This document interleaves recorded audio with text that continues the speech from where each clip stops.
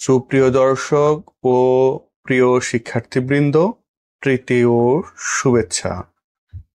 লাহোর প্রস্তাবের ভিত্তিতে 1947 সালে পাকিস্তান জন্ম নিলেও যখন পাকিস্তান শাসক গোষ্ঠী উক্ত প্রস্তাবের গুরুত্বপূর্ণ দিক প্রাদেশিক স্বায়ত্তশাসনকে পুরোপুরি অগ্রাহ্য করে বাংলাদেশের তৎকালীন পূর্ব পাকিস্তানের জনগণের উপর নানা প্রকার শোষণ, নির্যাতন ও বঞ্চনার খড়গ চাপিয়ে দেয়, ঠিক তখন লাহোর প্রস্তাবকে প্রাণ দিতে জাতির জনক বঙ্গবন্ধু শেখ মুজিবুর রহমান 1966 সালের 5 ফেব্রুয়ারি লাহোরে এক ঐতিহাসিক দাবি উপস্থাপন করেন। এই দাবিকে তিনি পূর্ব পাকিস্তান তথা বাঙালির বাঁচার দাবি বলেও অভিহিত করেন। সেই 6 দফা দাবিকেই বাঙালির ম্যাগনা কার্টা বলা হয়। আমাদের আজকের আলোচনার বিষয় বাংলাদেশের স্বাধীনতার অতি গুরুত্বপূর্ণ সনদ 1966 সালের 6 দফার কর্মসূচি। তো চলুন প্রথমে আমরা দফা 6টি দেখে নিই। প্রথম দফা, 1940 সালের লাহোর প্রস্তাবের ভিত্তিতে সংবিধান রচনা করতে হবে। পাকিস্তানে সত্যিকার যুক্তরাষ্ট্রীয় শাসন ব্যবস্থা প্রতিষ্ঠা করতে হবে।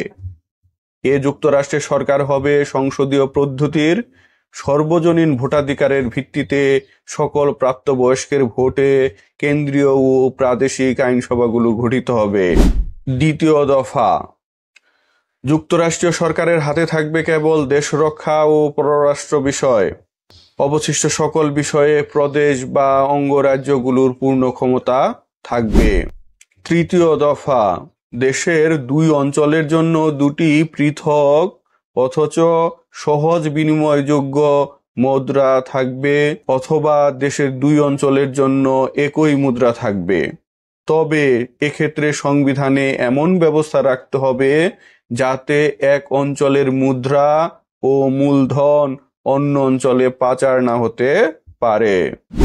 চতুর্থ দফা, সকল প্রকার ট্যাক্স, খাজনা ও কর ধার্য করা ও আদায়ের ক্ষমতা প্রাদেশিক বা আঞ্চলিক সরকারের হাতে থাকবে, তবে কেন্দ্রীয় সরকারের ব্যয় নির্বাহের জন্য আদায়কৃত অর্থের একটা অংশ কেন্দ্রীয় সরকার পাবে। পঞ্চম দফা, বৈদেশিক মুদ্রার উপর প্রদেশ বা অঙ্গরাজ্যগুলোর পূর্ণ নিয়ন্ত্রণ থাকবে। বৈদেশিক বাণিজ্য ও সাহায্য সম্পর্কে প্রদেশ বা অঙ্গরাজ্যের সরকারগুলো আলাপ আলোচনা ও চুক্তি করতে পারবে।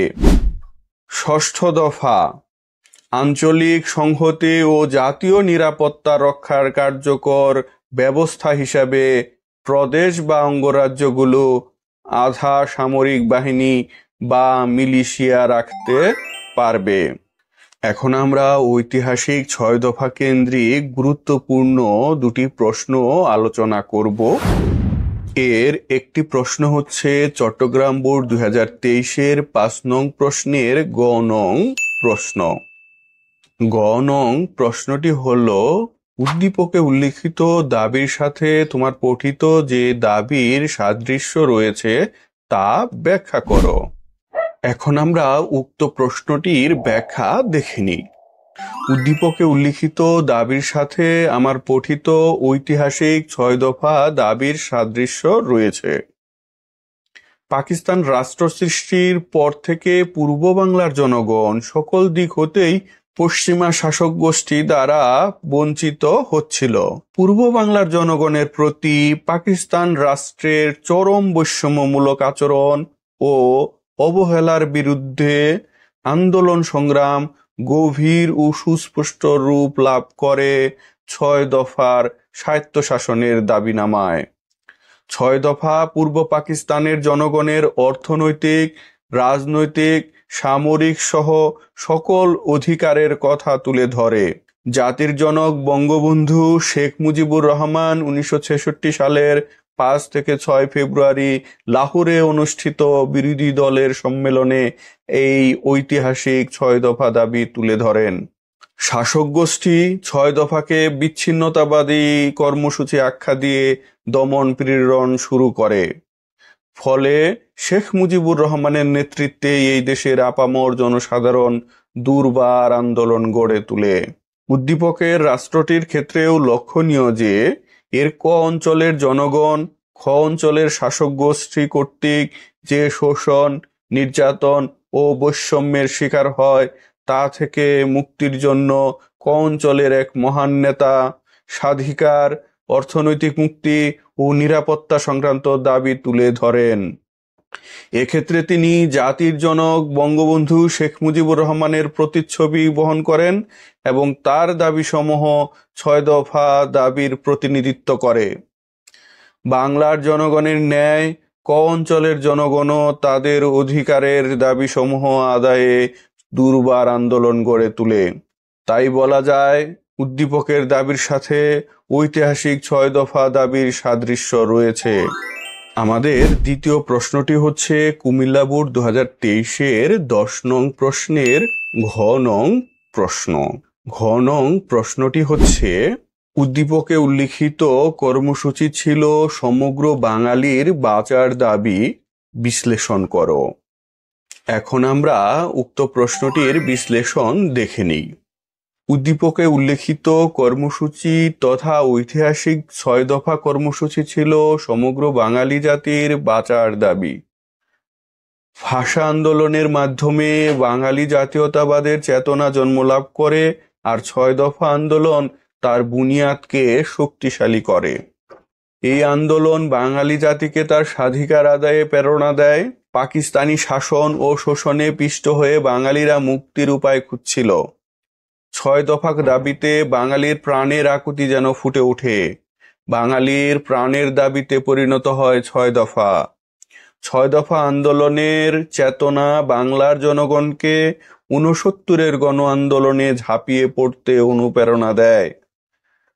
পরবর্তীতে আওয়ামী লীগ ১৯৭০ সালের সাধারণ নির্বাচনে ৬ দফা কর্মসূচির সপক্ষে গণরায়ের জন্য নির্বাচনী প্রচারণা চালায়। এ নির্বাচনে বঙ্গবন্ধু শেখ মুজিবুর রহমান ৬ দফার পক্ষে পূর্ব পাকিস্তানের জনগণের নিরঙ্কুশ সমর্থন লাভ করেন। এরই ধারাবাহিকতায় ১৯৭১ সালের ২৫শে মার্চ পূর্ব পাকিস্তানে পাকিস্তানি বাহিনীর নির্বিচার হত্যাযজ্ঞের ফলে একদিকে ৬ দফা কর্মসূচি চূড়ান্ত পরিণতি লাভ করে এবং বঙ্গবন্ধু শেখ মুজিবুর রহমান স্বাধীনতার ঘোষণা দেন। সেই আকাঙ্ক্ষিত স্বাধীনতার স্বাদ আস্বাদনের জন্য দীর্ঘ ৯ মাসের রক্তক্ষয়ী যুদ্ধে ৩০ লক্ষ শহীদ ও ২ লক্ষ মা বোনের সম্ভ্রমের বিনিময়ে স্বাধীন সার্বভৌম বাংলাদেশের অভ্যুদয় ঘটে। তাই ৬ দফা ছিল পূর্ব বাংলার জাতির মুক্তির সনদ। বঙ্গবন্ধু যথার্থই ৬ দফা কর্মসূচিকে বাঙালির বাঁচার দাবি বলে উল্লেখ করেছেন। বাংলাদেশের স্বাধীনতার দ্বার উন্মুক্ত করার ক্ষেত্রে ৬ দফা দাবির গুরুত্ব ছিল অনস্বীকার্য। অতএব উপরিউক্ত আলোচনার প্রেক্ষিতে বলা যায় ৬ দফা কর্মসূচি ছিল বাঙালির বাঁচার দাবি। বাংলাদেশের স্বাধীনতার ইতিহাসে এই গুরুত্বপূর্ণ অধ্যায় ১৯৬৬ সালের ৬ দফা কর্মসূচি নিয়ে আজকের আলোচনা এ পর্যন্তই। আলোচনাটি আপনাদের ভালো লাগলে অন্যদের সাথে অবশ্যই শেয়ার করবেন। আর এখনো যদি আমার চ্যানেলটি সাবস্ক্রাইব না করে থাকেন অনুগ্রহপূর্বক সাবস্ক্রাইব করে নেবেন। সকলের সুস্বাস্থ্য ও নিরাপদ জীবন প্রত্যাশা রেখে আজকের মতো শেষ করছি। আল্লাহ হাফেজ।